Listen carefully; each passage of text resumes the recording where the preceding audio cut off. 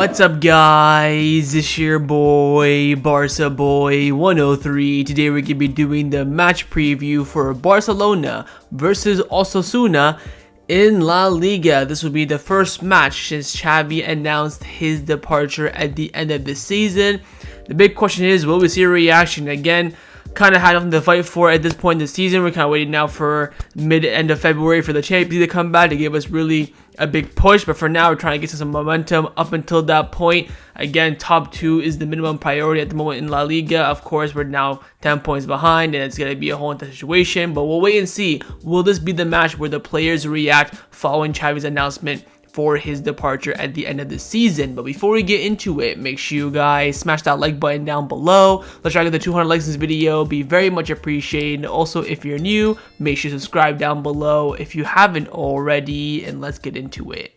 Kickoff time for this match will be taking place at 7 p.m. local time, so a few hours earlier than usual. Again, we're getting a lot of these early evening kickoffs as of late, and this match will be taking place at the Luis Campos Stadium in Montjuic, which of course is the home for Barcelona until November of this year. And the referee for this match has also been confirmed. On the pitch, it will be Jorge Vazquez, and on the VAR, it will be Valentino Gomez. Let's start off by taking a look at the league table, where Barcelona currently sit in 4th place in La Liga on 44 points after playing 21 matches. We have 13 wins, 5 draws, and 3 losses. You look at our last 5 games in the league: 3 wins, 1 draw, 1 loss. That, by the way, has been our recent form in the league forever.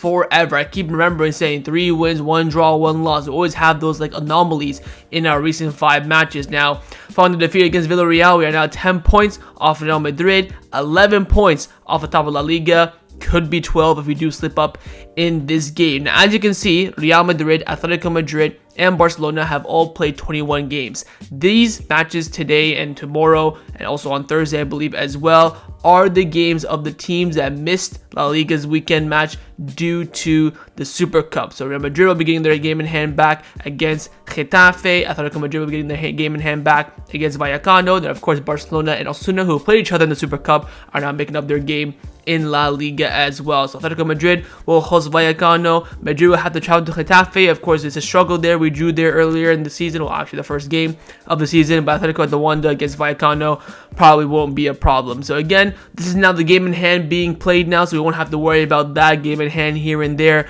We're currently 2 points in safety in the top 4. Again, 10 points off second place, which again, it should be has to be the goal for Barcelona. We have to be in the Spanish Super Cup next season in some sort of capacity. I think, of course, we can officially say now the league title is officially over. I think second place, I think it's still on the cards a little bit, only because we still have to play again Athletic Club this MMS. We have to go to Wanda and face Atletico Madrid. We gotta go to the Bernabeu and face Real Madrid. We have to go to the Montilivi and face Girona as well. So we face all these teams. All the teams face each other. I think there's gonna be a Madrid derby at the end of February as well. So we're just past the halfway point. So I think we can definitely, reduce a 10-point gap. You're probably thinking, Barca boy, if we can reduce a 10-point gap, can't we just reduce an 11-point gap as well? Yes, we can, but I think Real Madrid, will jump and leap ahead, and Girona will leap ahead as well. It'll be difficult to catch them. So again, objective, finish in 2nd place in La Liga, currently 10 points off that. Still have to face everyone in the top 5 at some point again this season. It's going to be difficult, but again, it is a little bit of a possibility. We're currently on the same amount of points as Atletico Madrid, so it's going to be a battle that we could see last for the entirety of the rest of the season. Now, if you take a look at our opponents in Osasuna and where they're currently standing in the league table, they are currently sat in 12th place in La Liga on 26 points after playing 21 matches. They have 7 wins, 5 draws, 9 losses. You look at their last 5 games in the league, the exact same record as Barcelona: 3 wins, 1 draw, 1 loss. So again, since last season, they have had a bit of a drop-off. They were contending for those European spots, but now they're sitting around mid-table in La Liga. Let's now take a look at our opponents in Osasuna. I'm going to go through this very quickly because this is actually Barcelona's 3rd time playing Osasuna this season, the 2nd time this month as well. The last time we did face them was, of course, the semi-final of the Spanish Super Cup, but we did beat them 2-0. Very professional performance from Barcelona. I think Osasuna has some chances here and there, especially in that first half, but Luis, of course, clinical after that. I think Christensen duel one in the middle of the park, and then, of course, Lamine Yamal got a consolation goal near the end of the game. You can see a lot of further of that match, of course, on the right-hand side. We can see a very similar team, of course, no Alejandro Balde, no Sergio Roberto, no Raphinha, but apart from that, we still have very similar personnel, and we have, easy stop gaps that can fill those voids for sure. Now, if you take a look at Osasuna's, well, say the last 3 games in all competition, because since that game, they played 3 matches. They lost to Sociedad 2-0 in the Copa del Rey, got knocked out. They beat Getafe 3-2, and they also drew 1-1 with Sevilla. So let's now take a look at those games a bit more in depth. Firstly, the 2-0 loss against Sociedad in the Cup. Of course, Sociedad, we all know, the top team in La Liga. This was fresh off of them being eliminated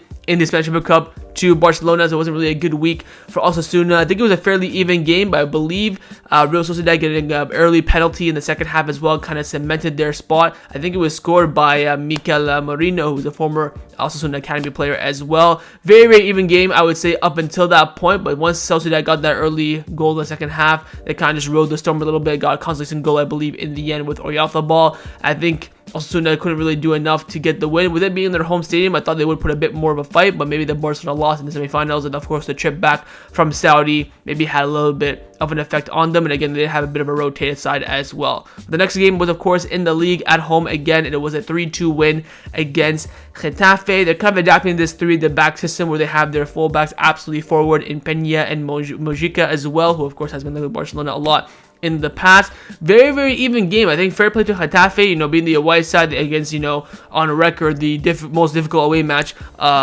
in Spain. They put up a really good fight. I believe it was 2-2 at one point. I think Osasuna went 2-0 up. Getafe brought it back to 2-2. And I tell you what, the winning goal for Osasuna was probably the best goal I've seen this year, and I would say it's on par with Alejandro Garnacho's goal against Everton, that bicycle kick. He's in the freaking corner. Just, of course, he's aiming for a cross, but he kicks it, goes in. He's exactly where the corner flag is. It was crazy. If you haven't seen that goal, go check that goal out. But in the end, lucky 3 points for them with that crazy goal going in. But I think overall in the game of play, they did deserve to win the 3 points. Now, their final match in all competition was a 1-1 draw at the Ramon Sanchez Pizjuan against Sevilla. It was, again, another even game, especially with their form so far this season. You had Budimir coming in clutch for them, earning them a point. And again, I would say they competed a little bit, but still, defensively and in the midfield, there's just not that, continuity, chemistry in there. They create chances a little bit, but not enough to really, make their mark and, push for the 3 points. And in the end, they only walked away in this match with 1.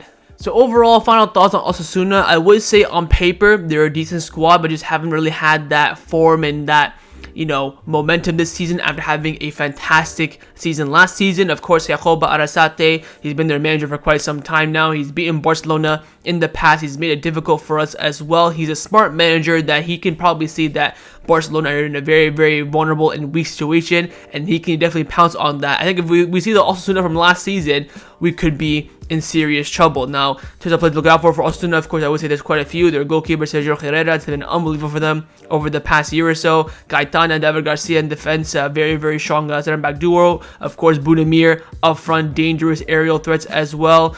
You have Moy Gomez in the midfield. Peña and Mojica, their fullbacks, are always dangerous, especially with pace, and they have very, very good crossing as well, though they haven't been too effective in recent matches. Again, it's a very, very good team, very professionals. You have your veterans and your youngsters, and it's a team that, on their day can make things very, very difficult. Let's now discuss the situation in regards to the Barcelona players. As we all know, the news of Xavi leaving came as a shock to them as well. They had no idea whatsoever that Xavi was thinking or was going to announce his departure at the end of the season. Since we have no squad list, I think it's very, very important to discuss the team's morale going into this game. Now, Fernando Polo and Gabriel Sanz and Mundo Deportivo came out saying that Robert Lewandowski has been very touched by Xavi's decision to leave at the end of the season. He was, in fact, taking it as a personal failure of himself. On Sunday, he asked Xavi to reconsider his position to leave, something that the coach thanked him for, but he declined, saying that his position is absolutely firm. Lewandowski asked Xavi to meet alone once again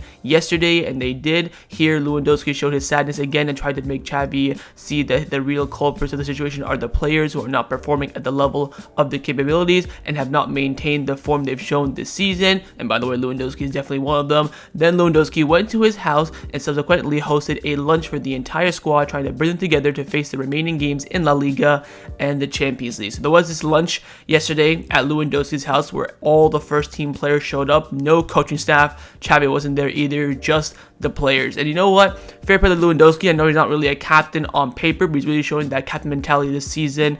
Even after the Super Cup loss to Madrid, he was the only player that came out apologizing for the performance and the result. So I definitely respect Lewandowski in that sense. But again, he's absolutely spot on. Whether Xavi's decision to leave is of course his own, but him saying that the culprits are the players, 100% correct in my opinion. But hopefully this little lunch brought the players together a little bit. And again, this game tomorrow is going to be huge to see if there's any reaction from these players following that lunch meeting as well and the departure of Xavi. Time now to get into the press conference reaction of Xavi Hernandez. Of course, going to this game is going to be big, but of course, he was asked about his departure, his first time facing the media since making that decision and announcing it to the media. So let's get and see what Xavi had to say this morning in the press conference. It is quite the long one, as you can expect. Xavi first came out saying that now we need unity more than ever because these are difficult times. I appreciate your support after Sunday's announcement and the reaction from the dressing room and the board, but the season is not over. We want to do well. Osasuna are our rock defensively. They score a lot of goals and tomorrow it will cost us and we have to be united. We have to organize ourselves more and better. We are vulnerable in defense and our performances as a team have gone down. We have to recover last year's level and be self-critical. We have a mental problem and a football problem. This causes performances to drop and we must organize ourselves to redeem that. We have to defend better and attack better. That causes the performances of many players to progressively fall down. We have to be self-critical and be at the level that we were at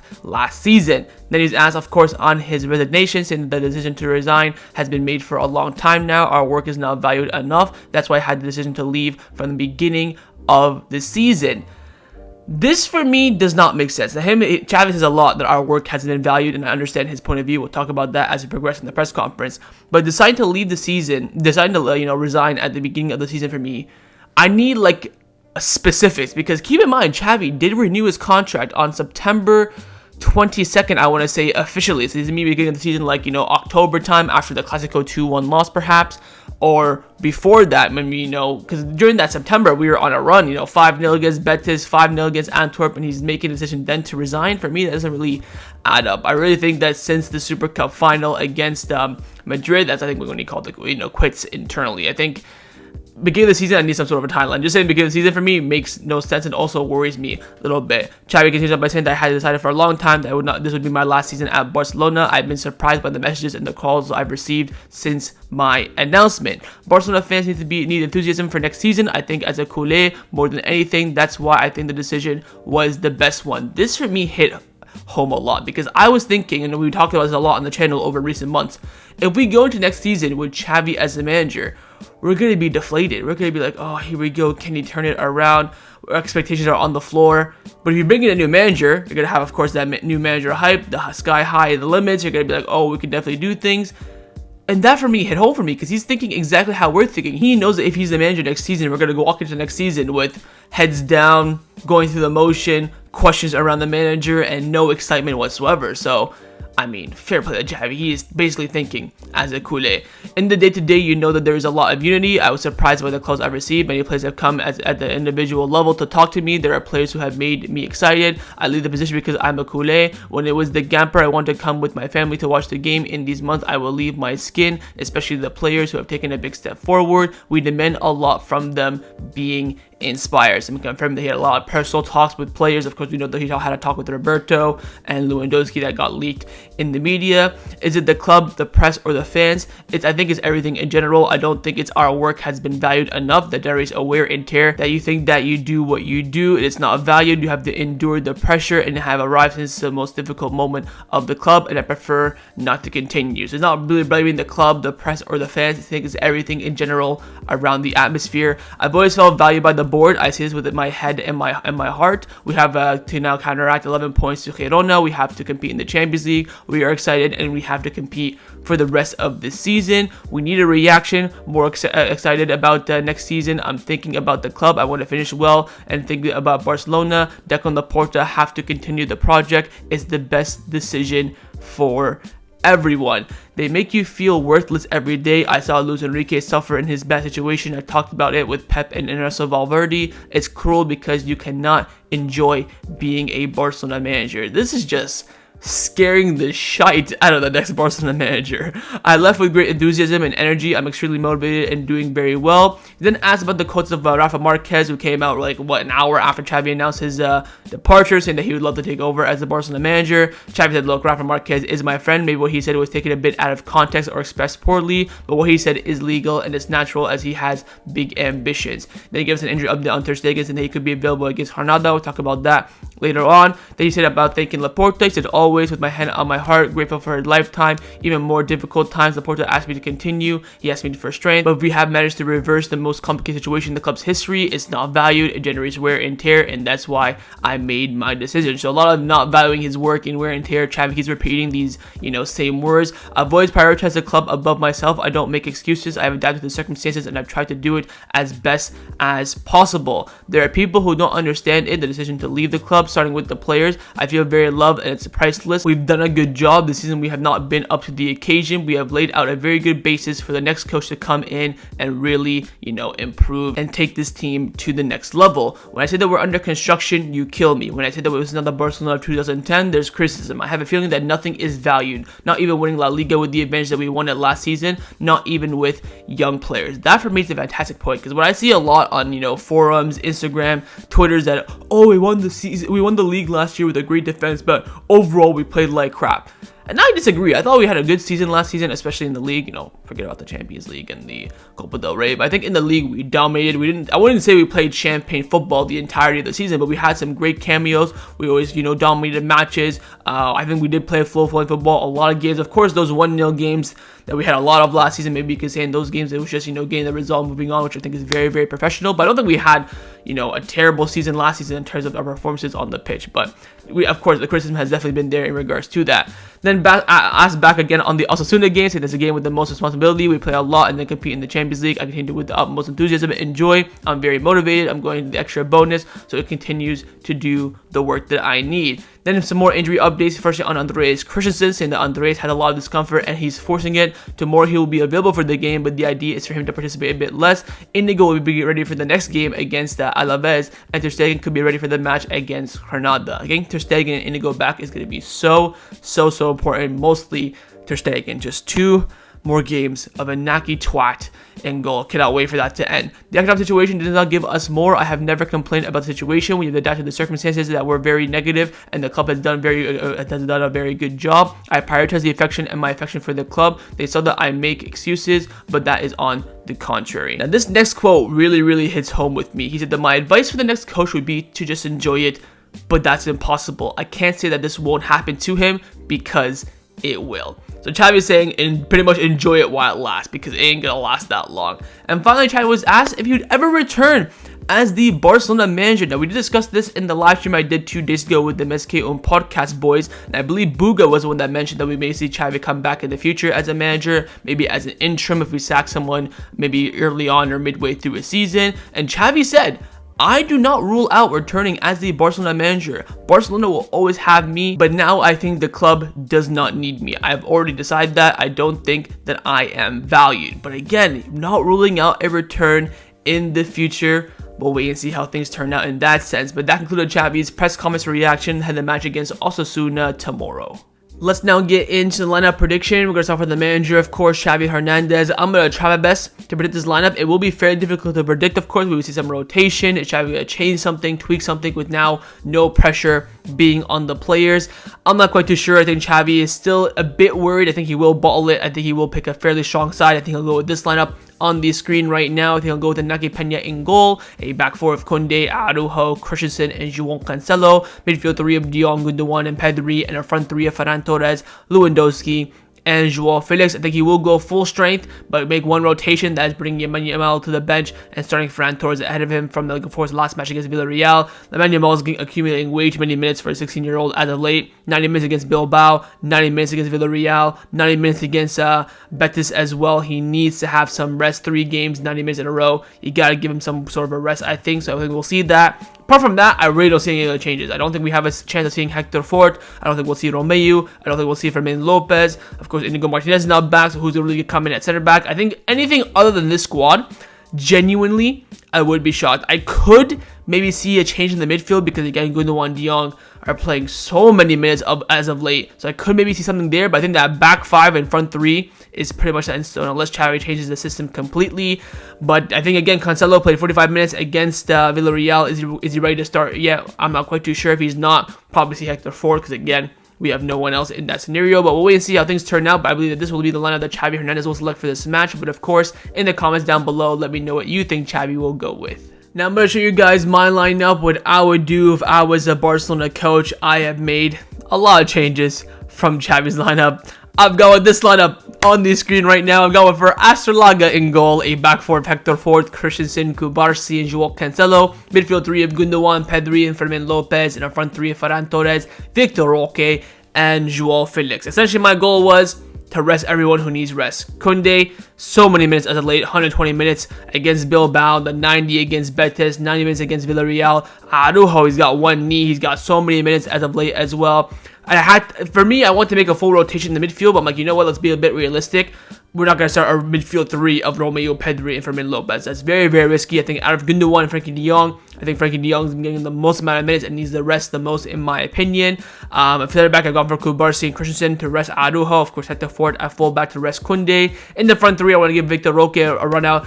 Whether I would just bench Lewandowski. If Victor Roque is not physically fit yet, I'd throw in Marguerite. I just gone for Victor Roque because he's, the natural first team player. Honestly, I'd be very, very excited if I saw this lineup as well. See some youngsters in there, some people who have, a point to prove. Of course, Astrolaga has absolutely no chance of starting, but I have seen enough of Inaki Peña, in my opinion. Of course, in this sense, probably Pedri would be the captain, not Christensen. That is a technical error on my part. I do apologize, but this would be the lineup that I would select if I was the Barcelona manager. And of course, in the comments down below, let me know if you'd rather pick my lineup or Xavi's lineup. Time now for my score prediction. What do I believe the result will be in this match? Of course, me personally as a culé, I have absolutely zero confidence in this team. My morale is on the floor. I've gone for a 1-1 draw simply on the fact that we're playing at home. And also, we've beaten Osasuna twice this season away from home. I know one of them was at a neutral ground, but away from home, we beat them twice, 2-0, 2-1. It's a team that we know how to beat. There is a formula there to beat them. I think Xavi knows that as well, but how can I sit here and predict Barcelona to win when we've been absolutely nothing short of shite over the recent weeks? Losing to Madrid in the Super Cup, barely beating Unionistas in the Copa del Rey, good win against Betis, getting thrashed by Athletic Club, getting thrashed against Villarreal. I have no faith whatsoever. This is the game for them to bring that faith back in me. And also, if I predict the draw and I get it right, I'll feel a bit happy. Not happy because we drew, but a little bit of self-confidence. Low expectation, hopefully, and high output on the pitch. That's my expectation. If I predict a win and then we draw, we lose, I'm going to be fuming. If I predict a loss or a draw and we win, I'll feel a bit better. So that's my mindset going to this. So overall, my prediction is a 1-1 draw for this match. But of course, in the comments down below, let me know what you think the scoreline will be.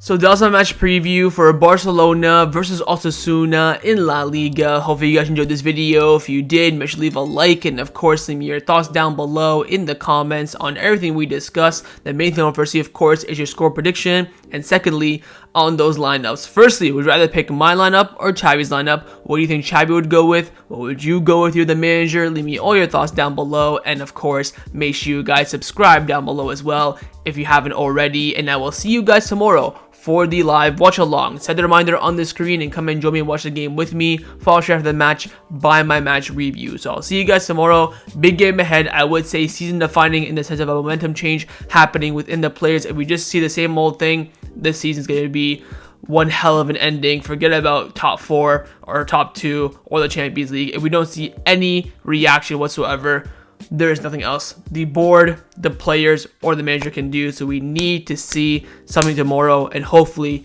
we do get it. I'll see you guys then. Take care, and Forza Barca.